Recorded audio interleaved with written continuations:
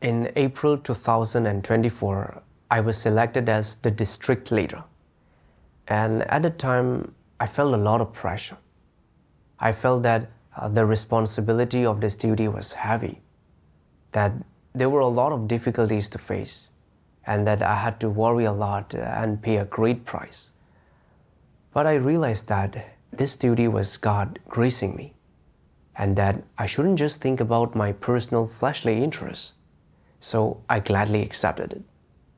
Since I was new to this duty, the work assigned to me was relatively light, and I was only made responsible for text-based work and church life.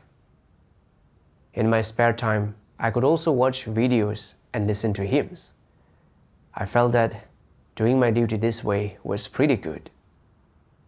Not long after, a sister who was cooperating with me was dismissed because she didn't do real work. So I took over the church's cleansing work that she'd been in charge of. It was only during the handover that I realized that the cleansing work had many issues, that there weren't enough people to organize the cleansing materials, and that there was a large backlog of cleansing materials that needed to be reviewed. I felt that my workload had increased dramatically, and my daily schedule was packed. One day, while I was handling my tasks, my partner, Sister Chuyan, said, "The gospel work has encountered difficulties, and the results have significantly decreased. We need everyone to discuss a solution together." Listening to their conversation, I thought about a similar issue I had discovered when I was a church leader before. When brothers and sisters faced difficulties in preaching the gospel, the leaders and workers didn't fellowship on God's intentions or the truths about preaching the gospel. They just kept pushing for progress. This was the main reason why gospel work achieved poor results. I wanted to speak out about this issue. But then I thought, the cleansing work I am responsible for has many issues as well. My mind is constantly occupied every day. So if I also participate in the gospel work, wouldn't that be extra effort on my part? Where will I find all this extra energy?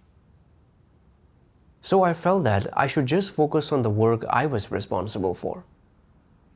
And with that thought, I said nothing and just continued with my own tasks. Chuyan and Li Wei discussed for a long time but couldn't find a solution. So Chuyan asked me if I had any good suggestions. I thought to myself, I haven't finished my own tasks yet. If I join the discussion for the gospel work now, won't it delay the work I have at hand? So I declined and said, "You two can just discuss it. I have a lot of urgent tasks to handle right now." Liu saw my attitude and sternly said to me, "Everyone's ability to identify issues is limited.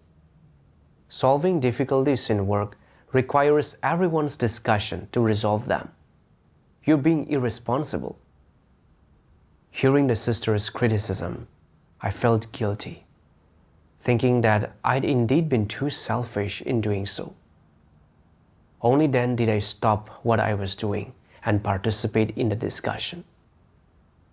I also talked about the problems I'd noticed, and before long, we came up with a solution. A few days later, Liu Wei and Chuyan were discussing the issue of cultivating workers. They said that some church leaders didn't focus on cultivating people, leading to a shortage of workers in the church, meaning newcomers couldn't receive timely watering, and severely hindering the work of watering newcomers. They said we needed to write to the church leaders to fellowship about this. They asked me to join the discussion on solving this problem. But I thought, this isn't something that can be settled all in one go. These issues will take up a lot of time and mental energy. and discussing this will delay the work I am doing. Later, if my work piles up, I'll have to spend extra time handling it. Moreover, the watering work isn't even my responsibility, so solving the problem won't get me any credit. I'll be putting in time and energy, and it'll delay my own work. So what's the point?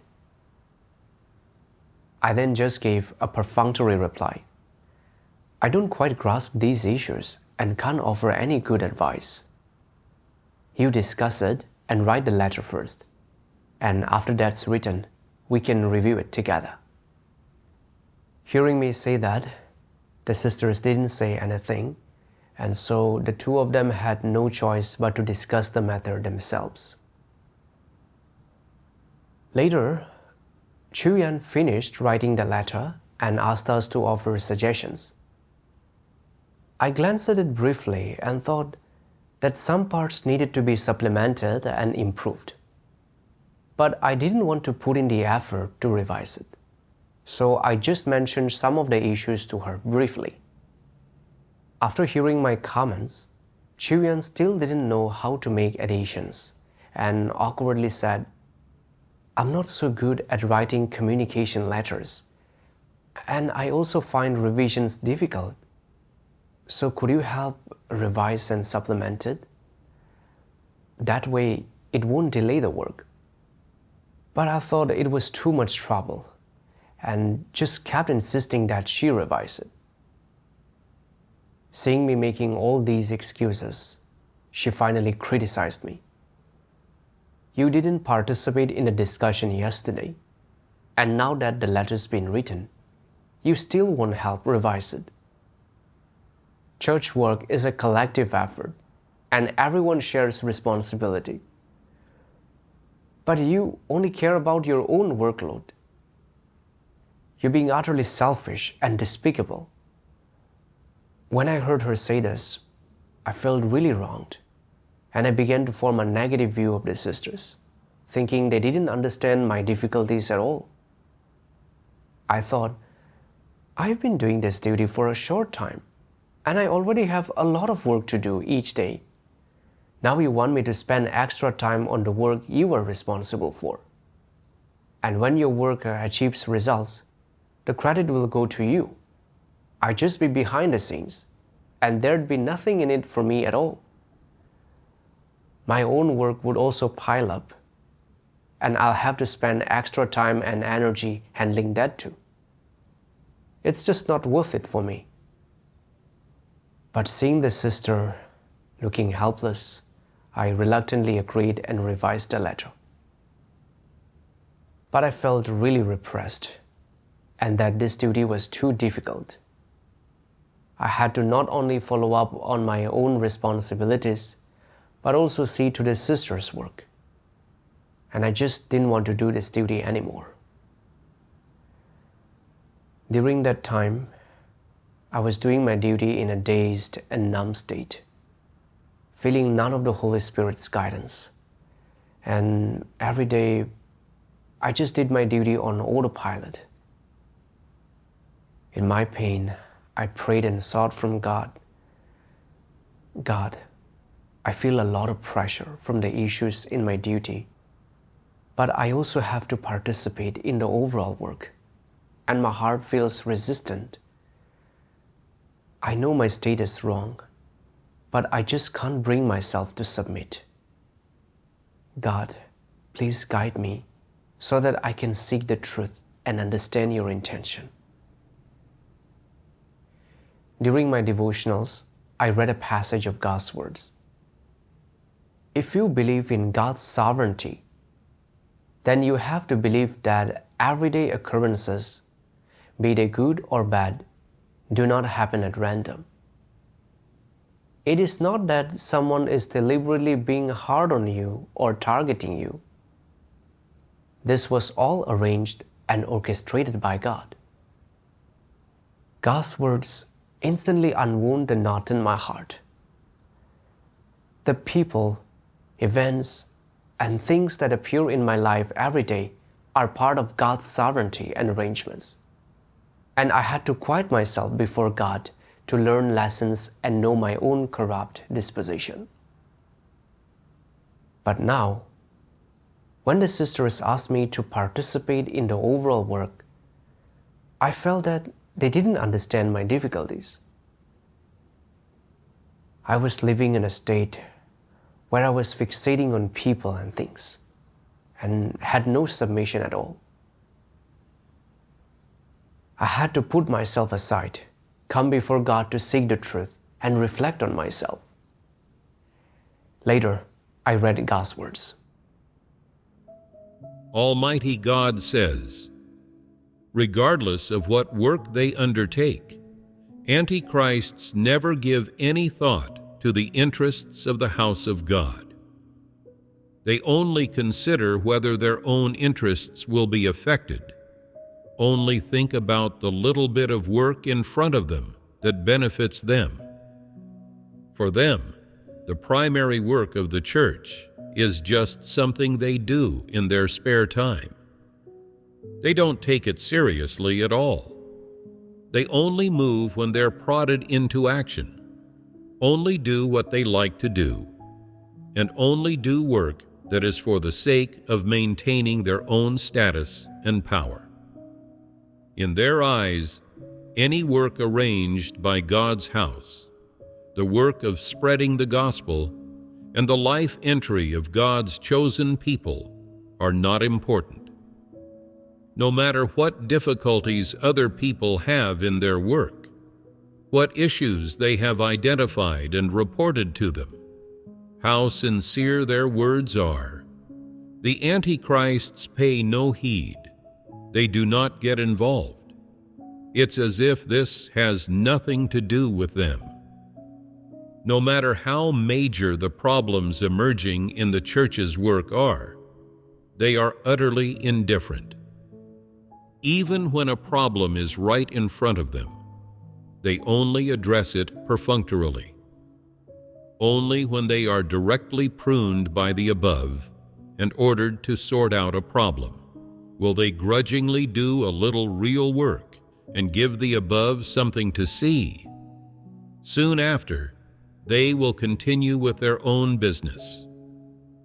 When it comes to the work of the church, to the important things of the wider context, they are disinterested in and disregard these things.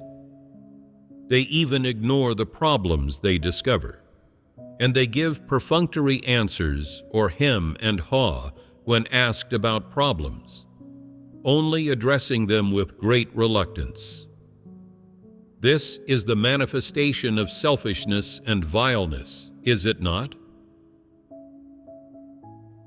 If one believes in God, but does not heed His words, accept the truth, or submit to His arrangements and orchestrations, if they only exhibit certain good behaviors, but are unable to rebel against the flesh, and relinquish nothing of their pride or interests, if, though by appearances they are performing their duty, they still live by their satanic dispositions, and have not in the least given up or changed their satanic philosophies and modes of existence, how then could they possibly believe in God?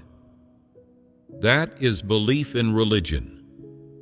Such people forsake things and expend themselves superficially, but to look at the path they walk and the origin and starting point of everything they do, they don't base those things on the words of God or the truth.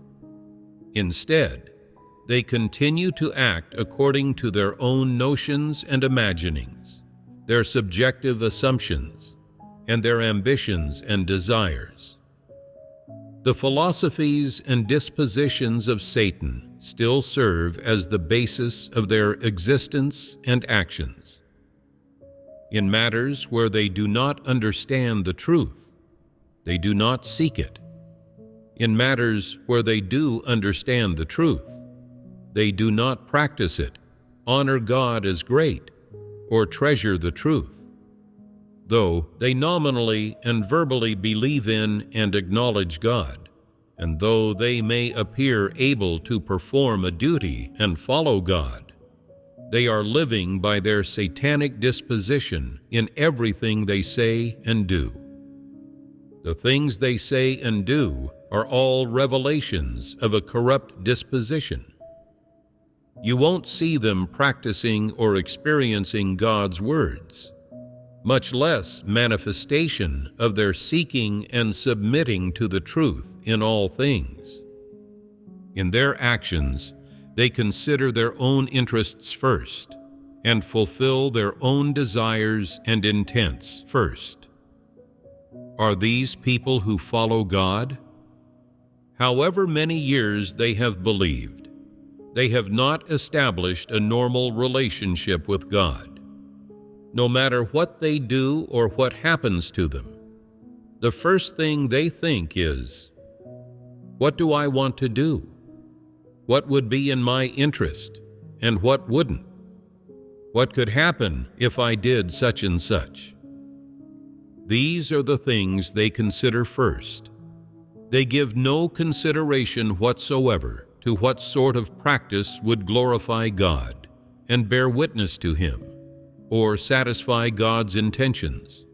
Nor do they pray to seek what God's requirements are and what His words say. They never pay attention to what God's intentions or requirements are, and how people must practice in order to satisfy God. Though they may sometimes pray before God and fellowship with Him, they are merely talking to themselves, not sincerely seeking the truth. When they pray to God and read His words, they do not relate them to the matters they encounter in real life. So, in the environment set up by God, how do they treat His sovereignty, arrangements, and orchestrations? When faced with things that do not satisfy their own desires, they avoid them and resist them in their hearts. When faced with things that cause a loss to their interests or prevent their interests' satisfaction, they try every means to seek a way out, striving to maximize their own benefits and fighting to avoid any losses. They do not seek to satisfy God's intentions, but only their own desires. Is this faith in God? Do such people have a relationship with God? No, they do not. They live in a base, sordid, intransigent, and ugly manner. Not only do they have no relationship with God, but they also go against God's sovereignty and arrangements at every turn. They often say, "May God hold sovereignty over and govern everything in my life. I am willing to let God take the throne and reign and rule in my heart. I am willing to submit to God's arrangements and orchestrations." However, when the things they are faced with harm their own interests, they cannot submit. Instead of seeking the truth in an environment set up by God, they seek to turn and escape from that environment. They do not want to submit to God's arrangements and orchestrations, but to do things according to their own will, only insofar as their interests come to no harm. They completely disregard God's intentions, caring only about their own interests, their own circumstances, and their own moods and feelings. Is this believing in God? God's words are very clear. A person who truly believes in God can seek the truth and submit to God when faced with things that don't align with their notions. If, when faced with things that don't fit their notions, a person doesn't seek the truth at all, and they only consider their own interests and look for ways out, then they are not a true believer in God, and God does not approve of them. Antichrists are exactly this kind of person. They never consider the interests of God's house in their duties and they only do what benefits them in regard to fame, gain, or status. If something doesn't benefit them, then even if they notice a problem or others seek help, antichrists turn a blind eye and a deaf ear. They are utterly cold-hearted, ruthless, selfish, despicable, and lacking in humanity. Facing the exposure of God's words, I felt ashamed and embarrassed. My grievances, resistance, and disobedience were all so unreasonable. I thought about how I'd believed in God for many years. Though I'd forsaken my family and career and seemed to truly believe in God, in my duties, all my thoughts and considerations were for my own benefit, and I didn't protect the church's work at all. How was I a member of God's house? When my sisters discussed issues in the gospel work and wanted to discuss solutions together, though I understood some specific issues, I feared that if I spoke up, I'd have to participate in the discussion, which would delay my own work. So I used being busy with work as an excuse to refuse to participate. When the church was short of workers and an urgent letter fellowshipping about the importance of cultivating people had to be sent to the leaders, I was afraid of adding to my workload and thought that even if I did it well, I wouldn't get credited for it. So I just gave a perfunctory response and didn't want to get involved. When the sister wrote the letter and asked me to check it, I noticed issues but didn't want to spend time revising them. For these tasks, it's not that I couldn't spot the problems or didn't know how to solve them, but that I was too selfish and despicable, and I was only concerned with my own interests. And if something didn't benefit my reputation or status, I didn't want to do it. In what way was there any place for God in my heart? With this kind of behavior, when my sister pruned me for being selfish and despicable, I even felt wronged. And I wanted to avoid and abandon this duty. I was being truly unreasonable. Especially when I read these words of God, they do not seek to satisfy God's intentions, but only their own desires. Is this faith in God? Do such people have a relationship with God? No, they do not. I felt somewhat moved. I'd believed in God for many years, and I'd eaten and drunk so many of God's words and enjoyed so many of God's graces and blessings. But when I saw problems arise in key areas like gospel work and watering work, I just ignored them. How could I call myself a believer in God? I hadn't been devoted even in my laboring. It was only after realizing these things that I saw how serious my corrupt disposition was, and I felt a little afraid. So I prayed to God, God, I see that my state is truly dangerous. I have been utterly selfish and rebellious. Please enlighten and guide me so that I can truly know my corrupt disposition. One day, I read God's words. Almighty God says, after someone is corrupted by Satan, they lose their conscience and reason. Their heart is completely misled by Satan, and they accept many thoughts and viewpoints that come from Satan, as well as some sayings and opinions from evil trends. When things reach this point, their conscience and reason are utterly corrupted and corroded. It could be said that at this time, their conscience and reason are completely lost. What is exhibited is that their character is very poor and evil. That is, before they have accepted positive things, they have already accepted many fallacious things from Satan in their heart. These things have severely corrupted their humanity, resulting in their humanity being very poor. For example, after they accept the satanic thought and viewpoint from the world which states, "Every man for himself and the devil take the hindmost," will their conscience improve or remain the same? Or will it deteriorate?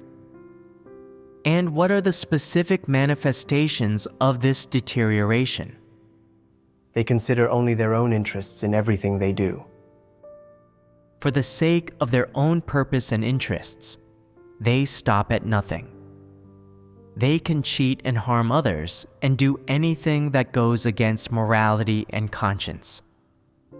The more they do, the more ruthless their actions become, the darker their heart grows, the less sense of conscience they have, and the less humanity they retain. For their own interests, they will cheat and deceive anyone. What is the reason they can deceive anyone? What is the root cause? It is because they have accepted Satan's thoughts and viewpoints, and they act under the domination of Satan's thoughts and viewpoints. Ultimately, the conscience and reason of their humanity no longer function. That is, the basic things that humanity should possess cease to work entirely. They are completely eroded and controlled by Satan's evil thoughts. The process of erosion and control is the process of their acceptance of these thoughts and viewpoints. And of course, it is also the process of their being corrupted. God's words exposed that the root issue of my unwillingness to participate in the overall work was my being influenced by Satan's poisons. I'd been living by the satanic philosophies for worldly dealings like, "Let every man skin his own skunk," and "Every man for himself, and the devil take the hindmost." I'd become extremely selfish, self-serving, and devoid of humanity, judging everything I did by whether or not it benefited me. I would put effort into things that benefited my reputation and status, but I ignored anything that didn't benefit me. Even when others sought my help or reminded me, I wouldn't see to these things. And I even thought as a matter of course that if something wasn't my responsibility, even if there was a problem, it had nothing to do with me, and I had every reason to ignore it. Under the influence of such thoughts and views, I ignored the gospel work. And when the sisters sought my help, I still turned a deaf ear. Even when the gospel work was hindered, I didn't want to participate, even though I had some ways to resolve it. When the lack of waters in the church had already come to affect the watering work, I was afraid of delaying my own work, so I didn't want to cooperate with the sisters to solve the problem. And even though this delayed the watering work, I felt no guilt at all. When the sister pointed out my selfishness, I still refused to accept it, argued back, and felt resistant. And I didn't feel the slightest shame for my failure to uphold the interests of God's house because of my selfishness and despicableness. I lived by Satan's poisons, and I didn't protect the interests of God's house at all. My conscience and reason had grown numb. In order to avoid extra worries and burdens, I completely disregarded God's intentions and the interests of the church. The way I treated my duty was actually a rejection of it, and it was betrayal of God. Realizing these things, I finally felt hatred for my selfish and despicable corrupt disposition. During one of my devotionals, I read God's words. Almighty God says, "For all who perform a duty, no matter how profound or shallow their understanding of the truth is, the simplest way to practice entering into the truth reality is to think of the interests of God's house in everything, and to let go of one's selfish desires, personal intents, motives, pride, and status. Put the interests of God's house first. This is the least one should do. If a person who performs a duty cannot even do this much, then how can they be said to be performing their duty? That is not performing one's duty. You should first think of the interests of God's house, be considerate of God's intentions, and consider the work of the church. Put these things first and foremost.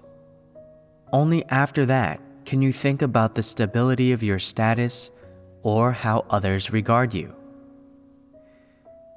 Do you not feel that this becomes a little easier when you divide it into 2 steps and make some compromises? If you practice like this for a while, you will come to feel that satisfying God is not such a difficult thing. Furthermore, you should be able to fulfill your responsibilities, perform your obligations and duty, and set aside your selfish desires, intents, and motives. You should show consideration for God's intentions, and put the interests of God's house, the work of the church, and the duty that you are supposed to perform first. After experiencing this for a while, you will feel that this is a good way to comport yourself. It is living straightforwardly and honestly, and not being a base, vile person. It is living justly and honorably rather than being despicable, base, and a good-for-nothing. You will feel that this is how a person should act and the image that they should live out.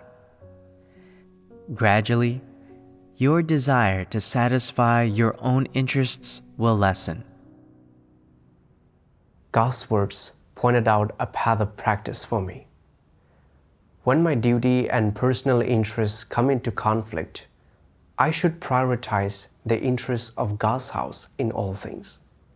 This is the attitude that a person who is devoted to their duty should have. Although our responsibilities were divided, when there were issues in a sister's work, I should have prioritized the overall work of the church. Things like preaching the gospel, watering newcomers, and electing church leaders and deacons are important church tasks. And if problems arose and were not resolved in a timely manner, this would delay the work. Even though I had a lot of work at hand, I had to distinguish between priorities. If I made better use of my time, my work wouldn't be delayed too much. Though sometimes participating in discussions and decision-making for the overall work required more time and effort, through actual seeking and discussion, I gradually grasped some principles without even realizing it. This was also a way for me to improve myself. This wasn't actually a matter of suffering, but something really beneficial for me. I used to feel exhausted because my viewpoint was wrong. But when my viewpoint changed, I no longer felt that I was suffering.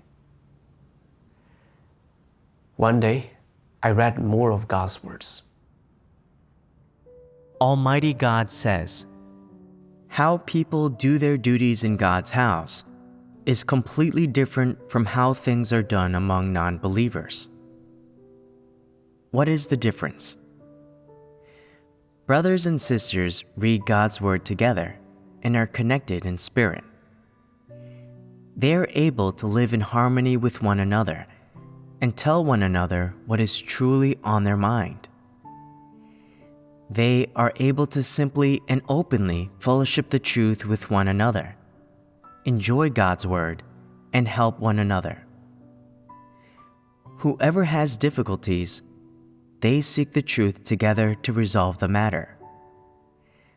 They can achieve unity in spirit, and they can submit before the truth and before God. Non-believers are different. They all have their own secrets. They do not communicate openly. They are guarded against each other, and they even scheme and vie against one another.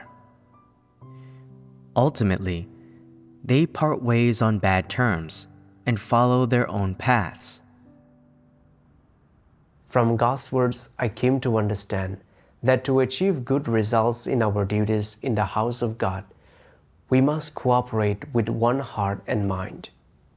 I should set aside my selfish desires and prioritize the church's work. And no matter whose work encounters problems, we should seek solutions together so that we can more easily gain the work of the Holy Spirit and raise the efficiency of our duties. Just as the Lord Jesus said, "Again I say to you, that if two of you shall agree on earth as touching anything that they shall ask, it shall be done for them of my Father which is in heaven." Everyone has shortcomings and lacks understanding, ability, or clarity in some matters, and no work can be accomplished by one person alone. We need to cooperate harmoniously and bring out each person's strengths and skills. Only in this way can we do our duties well. The church's work is a collective effort, and no matter which item of the work encounters problems, everyone needs to cooperate to resolve them.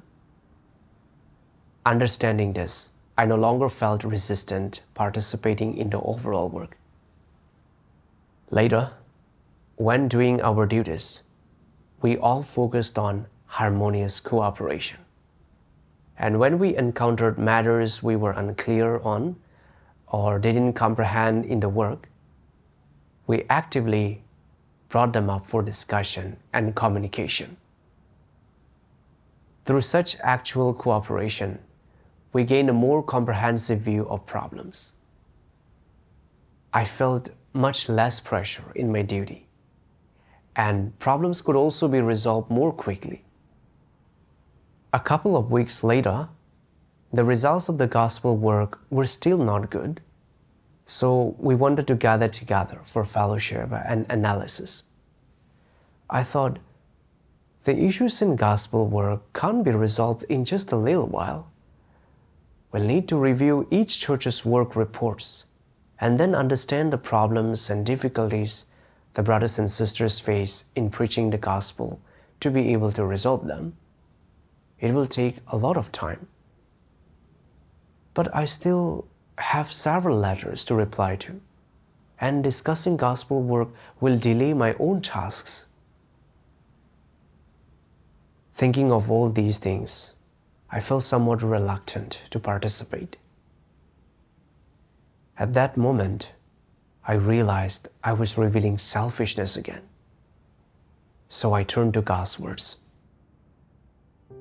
Almighty God says, "No matter how large or small the task, no matter who assigns you that task, whether God's house entrusts you with it or a church leader or worker assigns it to you, your attitude should be, since this duty has been assigned to me, it is God's exaltation and grace.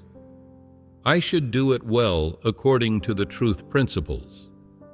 Despite having average caliber, I'm willing to take on this responsibility and give it all I have to do it well. If I do a poor job, I should take responsibility for it. And if I do a good job, this isn't a credit to me. This is what I ought to do. Why do I say that how one treats one's duty is a matter of principle? If you really have a sense of responsibility and are a responsible person, then you will be able to shoulder the church's work and fulfill the duty you are supposed to. From God's words, I came to realize that a leader who is up to standard must first have a sense of responsibility, and that they must prioritize the interests of God's house. Although this work was primarily the responsibility of my partner, it concerned whether the church's gospel work could progress smoothly. As a leader, I was partly responsible for this, and I couldn't just consider my own interests. That would be utterly lacking in humanity. I had to prioritize properly and set aside my own interests. I realized that my own tasks could in fact be postponed. And so I took the initiative to participate in this analysis and discussion. In the discussion, I took the initiative to add onto some areas that the other sisters had not fellowshipped clearly. And in the process of cooperation, I saw God's guidance. I also found some methods and paths to resolve the problems, and I felt a great sense of ease in my heart. By experiencing such a revelation, I gained some discernment of my selfish and despicable satanic disposition. In the past, I didn't think selfishness was a serious problem. But now, through the exposure of God's words, I see clearly that when people live by their selfish and despicable corrupt disposition, they become increasingly devoid of humanity, lacking in conscience and reason, and they won't achieve good results in their duties. Only by living by God's words, practicing the truth, and acting according to principles can one live out a human likeness. Only then can one have true peace and ease in their heart. Thank God for allowing me to attain these understandings and gains.